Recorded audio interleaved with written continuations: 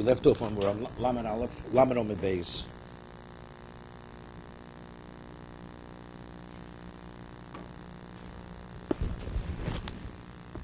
Speaking about the Yetzer Hara. So he cites the Gemara cites a pasuk in Tehillim that the Yetzer Hara, the evil inclination of a human being, is always strategizing to the point where he wants to take a person's life. I mean, speaking of spirituality. And why does he succeed? Because Hashem does not allow him to succeed. I mean, without Hashem's intervention, it is impossible to survive. You know, the Mesil Sisharim writes, Chal writes the Mesil Sisharim, the Gemara tells us, Barasi Yitzhara Barasi L'Torah Tavne. Person says, you know something, I believe I could deal with the Yitzhara differently. You know, if I do mitzvahs, I visit the sick in the hospital, that somehow will diffuse my evil inclination, because I feel spiritualized. So the Ramchal writes, if a doctor prescribes a certain medication for an illness, and the person says, you know something, I think if I do something else, it'll cure the illness. But the person doesn't appreciate the nature of the illness. And that medication has no relevance. It's not going to remedy the illness. The person's going to die. HaKadosh Baruch Hu himself created the Yetzer Hara. No one understands the disease the way God understands the disease. It's called Yetzer Hara. The only way you can capacitate this inclination is by applying Torah. Study anything other than that. It's not going to work. So you're going to tell the doctor that you're going to take another protocol to deal with it. It has no relevance to it. Now, if a doctor says the person needs chemo, he says, I'm going to eat bananas every morning for breakfast. You understand? It's not going to help you. Literally. It's to that degree. And it's even less than that.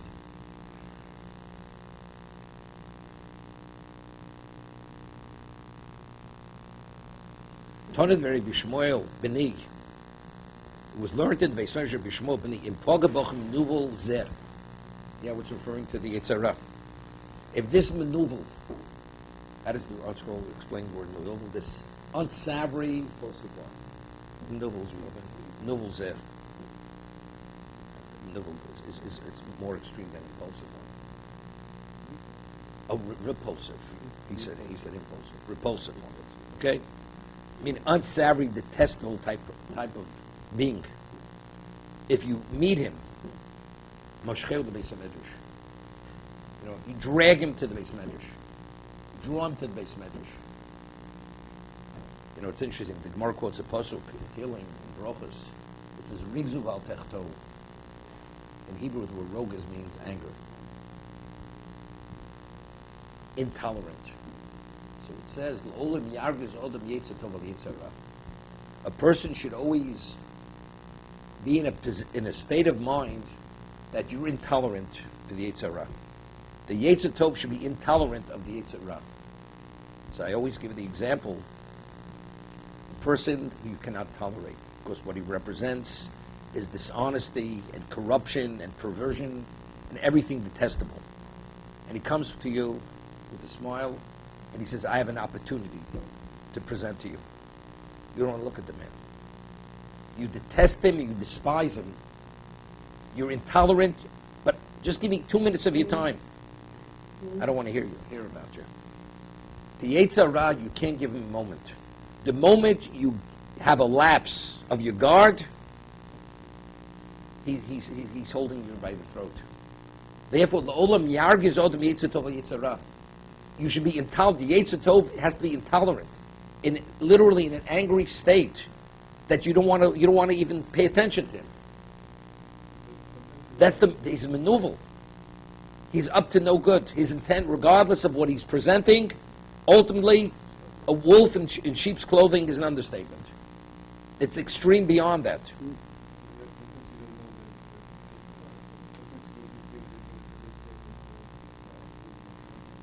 So that's the way they explain it. The Gemara says that the Yetzer Hara plays the two chambers of the heart, the right and the left. The right always represents positive, the left always represents negative. So the Chofetz Chaim explains, we say in Hashkivenu at night, remove something from before us and from behind us. Before us, we understand you have a stumbling block. We put a stumbling block. What's behind you?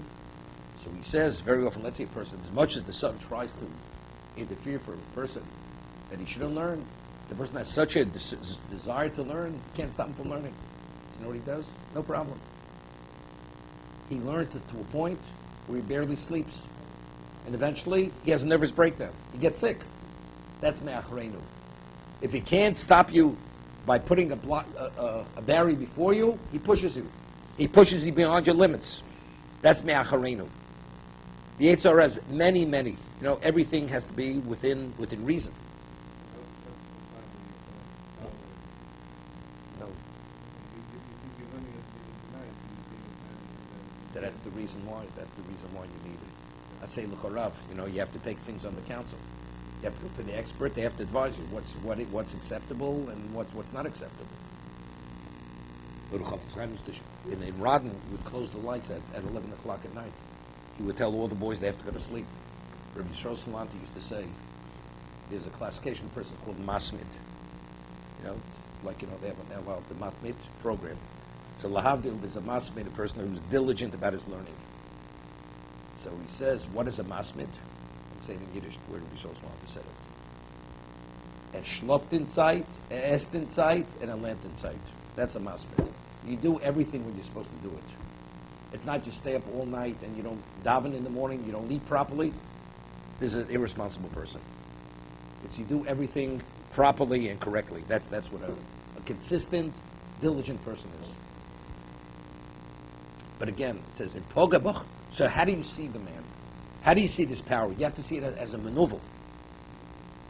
But you realize, he's so glib-lipped. You know, if you take a look in the parshas, Yaakov, he says, Hatzleini no miyad, ochi Esav. Right? What was Yaakov saying? Miyad Esav. What's miyad? Ochi Esav. Esav, his power of deception and deceit was at a level, even though Yaakov knows that he wants to kill him, the moment he presents himself to Yaakov, he could disarm him in a moment to make him feel that he's his best friend. And he only cares about him. The warmth that he's able to exude could actually incapacitate him. Yaakov was concerned about this. You understand? He's preparing for war. He's praying to God for protection. Hatzileino miyad ochi. He's going to present himself like my brother. And the moment he starts exuding that warmth to me, I'm not going to appreciate the danger of who he is. And I'm going to let my guard down. Let me protect me from that I should not be affected by that. This is the maneuver. This is the Yetzer Hara. He gives you every guarantee in the world that you're doing the right thing. And he assures you. But again, it says, Mashchol Beis HaMedrash. You should draw him to the Beis HaMedrash. I mean, if you say, Barasi Yetzer Torah, Barasi Torah Tavlin, what do you have to take him to the Beis HaMedrash? Study Torah, right where you are. You're at home, all of a sudden you feel you're overwhelmed by the Yetzer Hara. So what are you supposed to take a sefer out? Start learning. No, it doesn't say take a sefer, start learning. Go to the Beis Medrash. Mashchol the Beis Medrash. Why? So he'd say, because there are other people there. You know, it's the environment. It's not enough just that you should study yourself. You know, sometimes you need a support system. I mean, seemingly. Right? Because it says over here, you should draw them to the Beis Medrash.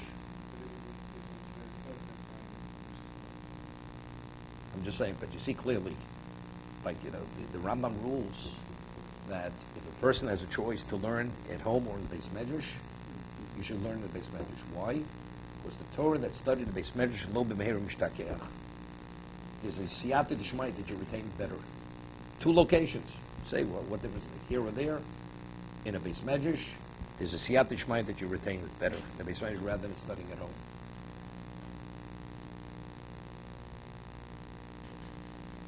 He said about Rabbaran Kafazeh, the largest place of Torah in the world is Lakewood Yeshiva. Lakewood Yeshiva. They say Rabbaran Zechat Tzaddik L'Brocha. He says, when he came, it's an expression, the walls are saturated with what he put into it, with kiddushin. And because they're saturated with what he implanted in it, therefore all that evolves is because of what he originally implanted in those walls. With him, there wasn't an iota of compromise. Rabbaran Kotten, not an iota.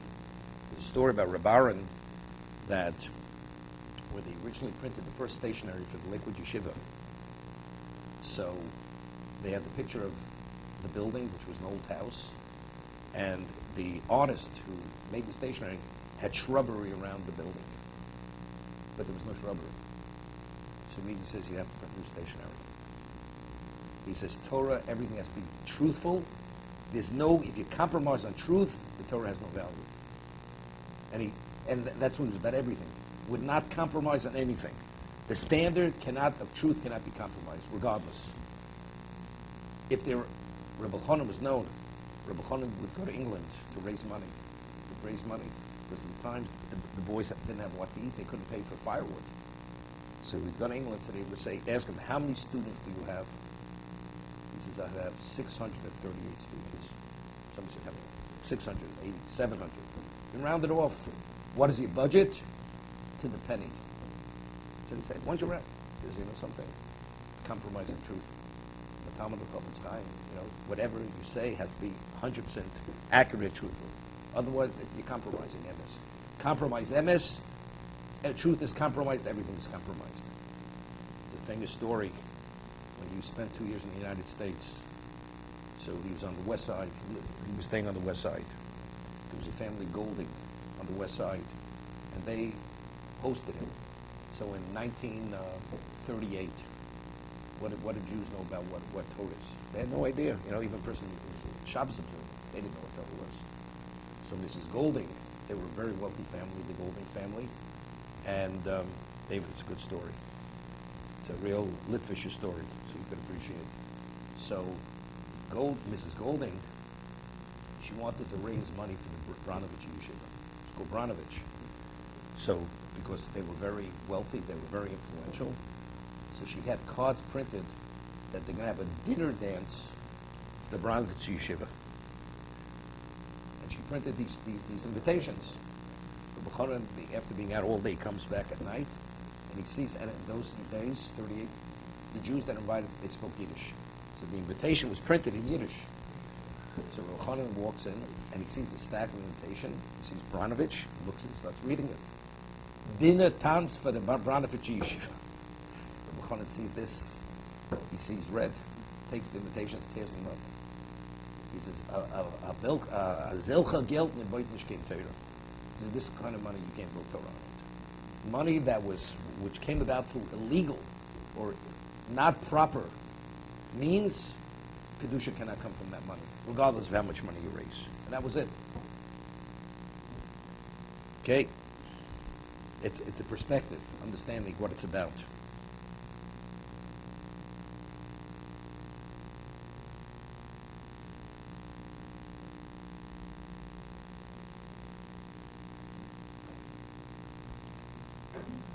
Im even hu nimoach. If the Yetzer Hara is like a stone, it will melt. Nimoach means melt. Where do we find the language nimoach? By the Mabul, by the Great Flood. What does it say? It says, "Vayimach kol hayipum." Right? Everything dissolved. The water of the Mabul was sulfuric. The Gemara says, it wasn't only hot; it was sulfuric. So therefore, everything in the water just dissolved. We're using the same language. Mochot timcha zechar molik. Im eved hu nimuach. If it's like a stone, it will melt. Im barzel hu mispotzets. And if it's iron, it will what? It will burst. It will burst. Rashi uses a term over here, mefafeya. It will melt. It will melt away.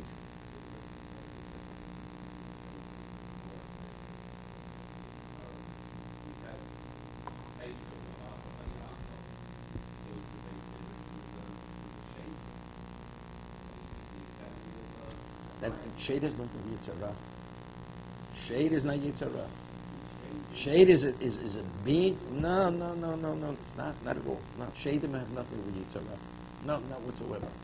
Mars is an Ervin. Shading came about during the 130 year with Adam. That's when it happened.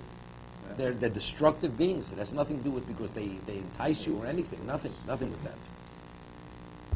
Shenemar halol kol dvarim keishnu Hashem. Uchepate shifot itzela. And like the hammer or the sledgehammer which will smash the stone. Im evenhu. If it's like stone hu nimuach, it will dissolve. Shenemar habi kol tzomei luchul lamayim. Hoy kol tzomei luchul lamayim. V'omer. Says the one who's thirsty should go to the water. Avonim shochku mayim. The stones were dissolved or worn down by the water. Shochku mayim. That's interesting. The Ramban writes that what's the pasuk? The Ramban learns it's speaking about Mashiach comes. It says, "Umaltem es orlas levavchem." There's a covering on the heart. Orlas halev. You should circumcise the covering of your heart. It's pasuk in the Torah. So the Ramban says, "What's the orlas halev?" So some Rishonim learned that it's a mitzvah of tshuva. The mitzvah of tshuva is when you do tshuva, that's the circumcision of the heart. So the Ramban writes over there, when it says over there, Maltem or Orlas Levavchem, it's speaking after the coming of Mashiach. He says, because what is the Orlas Halev? What is the covering of the heart? He says it's chemda, v'taiva, it's desire, and all that is included within that, which causes the person to sin. And when Mashiach will come, that, as he quotes the pasuk, Hashem will remove the contaminated spirit from the world, and so on and so forth. This is what it is. So what is the cause? So that's the case. Now it's interesting. Rabbi Akiva, the Gemara tells us, he was a shepherd, and he knew nothing. And he was fierce. Rabbi Akiva, even as an Amoritz, was a fierce person. He had a phenomenal mind. And he's a shepherd, and he's shepherding the flocks of his future father-in-law, and he sees water dripping on a stone over years, and he sees the water wore the stone thin. So Kiva says to himself, my heart is no thicker than that stone. As the water wore that stone thin, the Torah will penetrate my heart. It's tomorrow. That's Rabbi Kiva. So Rabbi Kiva decided at that moment he's going to study Torah. And he went to Yerushalayim for 12 years to study under Rabbi Lezer and Rabbi Yeshua for 12 years. Then he spent another, came back with 24,000 Talmudim. He was the leading Torah sage of the generation. But where did it begin? Even shochku mayim. That he saw that the water is able to dissolve the stone. And he says, if Torah is water, because Torah is nimshal kamayim, it could penetrate. What does my heart? What does his heart have to do with it? The answer is no. Why does he have an issue? He has an issue because the Yetzer is ke'evet. The Orlas Halev, it's a stone covering. Im Evan what happened? Hu nimuach. It's going to be dissolved. How do you dissolve that stone? The only solution you can put it into is called Torah solution. Then it dissolves.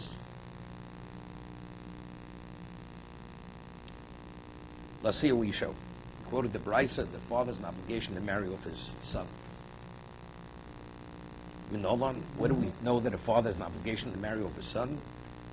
The Chsiv quotes a pasuk, Kichu noshim, take women for yourself, marry, ulidu bonim ubonos, and then you'll have children, you'll have sons, you'll have daughters. Ukchu livnechem noshim, and you will take for your sons wives, vesminosechem tinu la noshim, and your daughters you will give to men. So the Gemara asks, so a father has to marry off his son, also marry off his daughter. So marrying off his son, it says, Ukchu lebnechem noshim. As they say, it's a man's world. So for your son, you could take a wife. Because the woman wants to be married. But how do you take a husband for your wife, for your daughter? Right? So the father has to do something. He has to take a certain initiative. So Bishlam b'no b'yodo, elabigdo b'yodo he. I mean, is it up to the father to take a husband for the daughter? Right? The father needs a husband. When you have a son, the woman needs a husband. So you have to pick. You have to pick a choice of women. No, that's we're not saying that. I understand that. But the father has to be involved in the process. Whether it's encouraging the son, seeking out the wife and the son, the father has to be involved in the process. Chayav l'aseh u'isha. Yeah, but the Gemara, no, he does have control of this. He does have control of this. What we said before, either between the age of 16 and 22 or 18 and 24. A father has plenty. He has control over his son. Right? Chanoch l'nar al pi darko. The Gemara says, till the age of 22 minimally, you have influence over your son. Chanoch l'nar al pi darko. Can't force him. Can't force anybody. Whatever she becomes a Bulgaris. Let's say she's 12 and a half years old. Yeah, but still, the father has to be involved in the process. He's an obligation. Someone says, had it. Someone says, hochi kamar. Niten lo midi v'lavshe v'nichse v'nechasyo ki hechid kopza le'yinchi. I mean, you have to dress your daughter and provide for her to make her attractive to people. You know, a father has a reputation, he's a miser. He gives nothing to his children. You know, so who's interested in marrying this man's daughter? So you have to do something to make your daughter that she's an attractive catch. That men will be interested in marrying her. That's the initiative the father has to take. Whatever, providing. No, son, he doesn't. Of course, a man, again, the Gemara said, this Gemara second term in kiddushin, tav l'meisav tandu v'leisav amolo. A woman prefers two bodies than be all by herself. A woman needs a husband more than a man needs a wife. Because that's the nature of a woman. As a result, is it a man's world or is it a woman's world?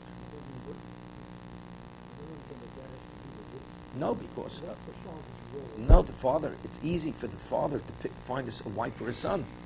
He says, you know, I want to marry my son. I want you a daughter. So it's easier for him to take that initiative. But if you have a daughter, then you have to hope somebody will be interested in your daughter. So what initiative does the father have to do? Right? I'll give you an example. In Israel, right, where financial needs are greater than America to a certain degree. A person gets married, he has to buy an apartment. Very few people rent. They have to buy. Man says, you want to marry my son? You provide for the apartment, then we'll talk. I have 100 girls interested in my son. He's special. Then we'll talk. You just tell him that's what goes on. Okay, I'm ready.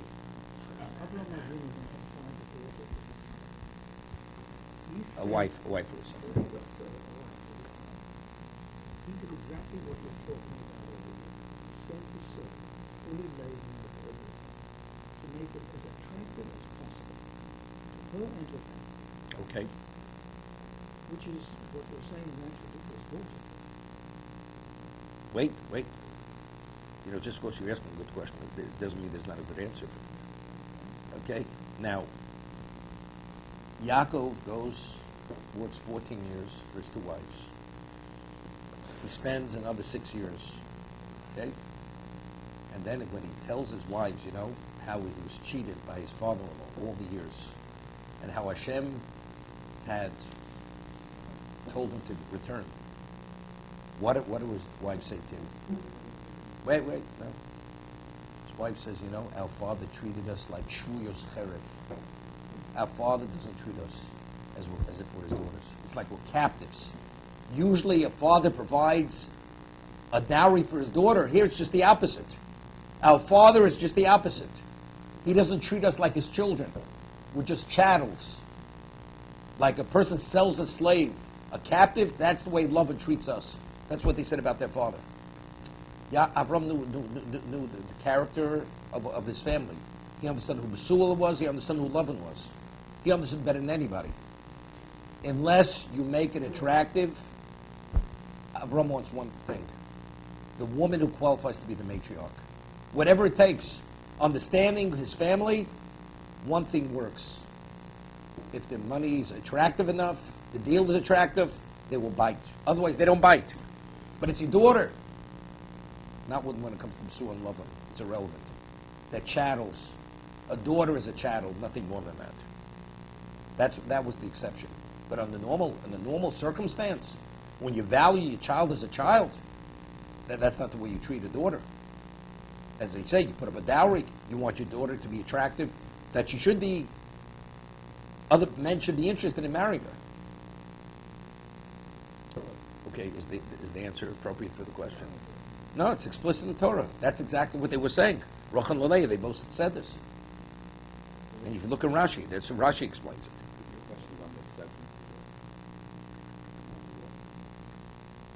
Lavan was going to kill his own children when he pursued him, right? Arami Ovid Ovi. We're talking about a whole different breed over here.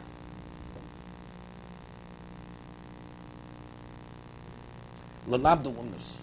Father has an obligation to teach his child a trade, profession. No one. Oma Chizkiyo, Doma Kro, quotes a pasuk in Koheles. Rei Chaim in Isha. What is Chaim? Life. Life is a livelihood. You should have Chaim together with a wife. What does that mean? Asher Ahavto. Im Isha Mamashi. Im Isha, when Shlomo says Isha, you should have life with a wife. Shem Shchayv Lasu Isha. As we quoted the pasuk earlier, a father has an obligation to be involved in the process of finding a wife for his son. Kachayv Lanam Duumnis. That's Chaim. We're putting him on par. Im Isha. Just as the Isha, you have an obligation to locate the wife, you have an obligation to provide Chaim, which is the material means, meaning the profession to earn a living. If Isha means Torah, Shem Shchayv Lamdo Torah, Kachayv Lamdo Umnus. As you have the obligation to teach him Torah, you have an obligation to teach him a trade, a craft.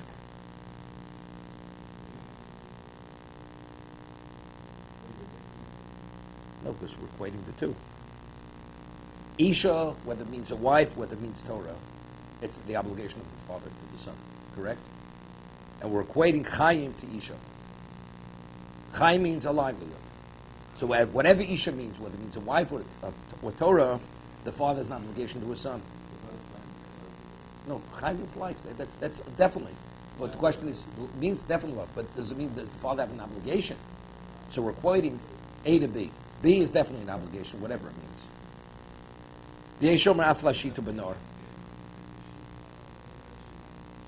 Whatever it takes that he should have a means of earning a living. The Gemara is discussed in a moment. Right? Person has the obligation to teach his son to swim in a river. It's interesting. Before, when we quoted the Baraisa, it said Lashito b'mayim.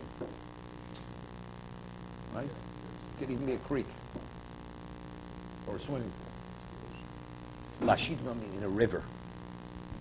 You know, it's not easy. Swimming in a river is not like swimming in a pool. There's a current. Seems to be that because before it said mayim. You know how to swim? Okay. No. He has to prepare him for all eventualities. Even a river, which is much more dangerous, that he could even contend with that. But it doesn't mean swimming in the Shan. Doesn't mean that. Okay? My taimo, chiyusehi. It's his life.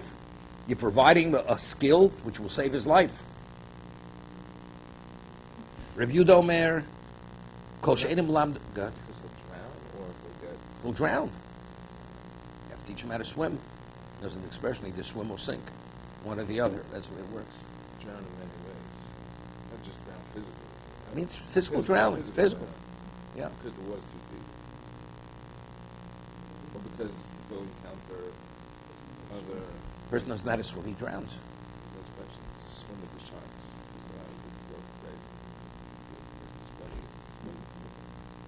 Okay. Rebuda Makol Shedim Lamdu Umnis Malamdu Listis. Rebuda adds, if one doesn't teach his son a livelihood, a trade, it's like teaching him to be a bandit. You teach him to be a bandit. So Listis Sokadaito. I mean, the father refrains him from offering this ability. Is he teaching him to be a bandit, a gangster? Elo Kilum Lamdu. Because if he doesn't have a means of livelihood, what is he going to resort to? To illegal means of gaining money. Might be now. So the question is, what is he adding? What's Rebuta adding to the first opinion? You have an obligation to teach your son a livelihood, a craft, a trade. What is it? He says, but you realize, if it's understood, and what is he adding? Umnis, what? There's a difference between iska and umnis. So Rashi explains, what about you teach a person how to be an astute businessman, a merchandiser? You realize you have to have merchandise to be a merchandiser. Or you have to have capital to go into business. What about a person who has a craft? He's a goldsmith, he's a shoemaker, he's this. Because he has that craft, he'll be able to earn a living based on the craft. But if he has no craft, all he knows how to be is what? Is to do a deal. So if he doesn't have the deal, or he doesn't have the means to do the deal, he sits and does nothing. So ultimately, it'll lead to thievery. So that's the difference between the two of them. It's enough that it's a means to earn a living, and we don't worry about that the opportunity may not present itself, or do we say no? Well, we are concerned. He always has to have a craft. It was known, so Salanter, the original was building. He went to Germany to do kiruv. So Salanter, he lived in many areas in his life. He lived in Paris. He passed away in Paris. That's where he passed away. And what was he doing in Paris? This is in the 1800s. In Paris, the Jews were assimilated. This is before the Sephardic Jews came to Paris. He was doing outreach. He was doing kiruv. So when he went to Memel, so, you go there. How was he going to earn a living? So he went and he studied pharmacology, whatever it meant to be a pharmacist. Why? Because he had to have some degree of chemistry. Because he had to know he had to have a means to earn a living. Nobody knows them. Nobody's going to participate in his efforts. So he has to be self-supportive. So he had, again, otherwise it's lamdu listed. We're talking about he's already Rabbi Salanter. He had to have a means of livelihood. Otherwise he'd have a problem. Okay. Kol mitzvahs aval haben.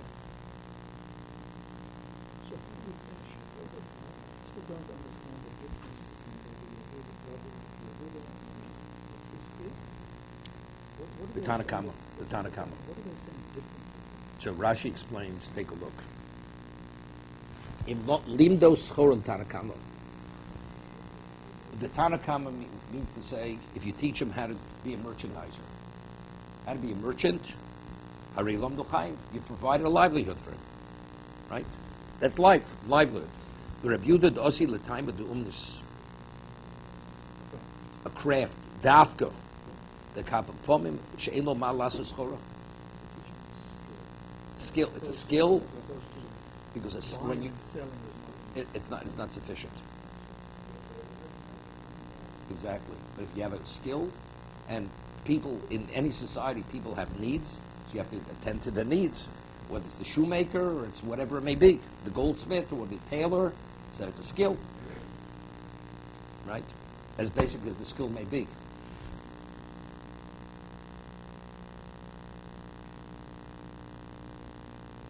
The Mishnah says the mitzvahs that a father has upon the son. My kol mitzvahs aval haben.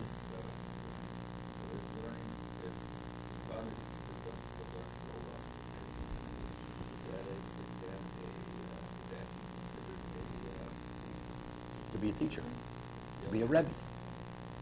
That he should be able to be a rebbe, a teacher. So definitely a skill.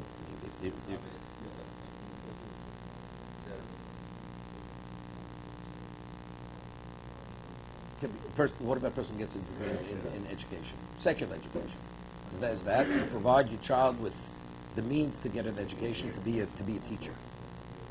Is that a skill? Okay, so if you teach him that he could be a teacher, Torah, he'll be a Torah teacher, or is that any different?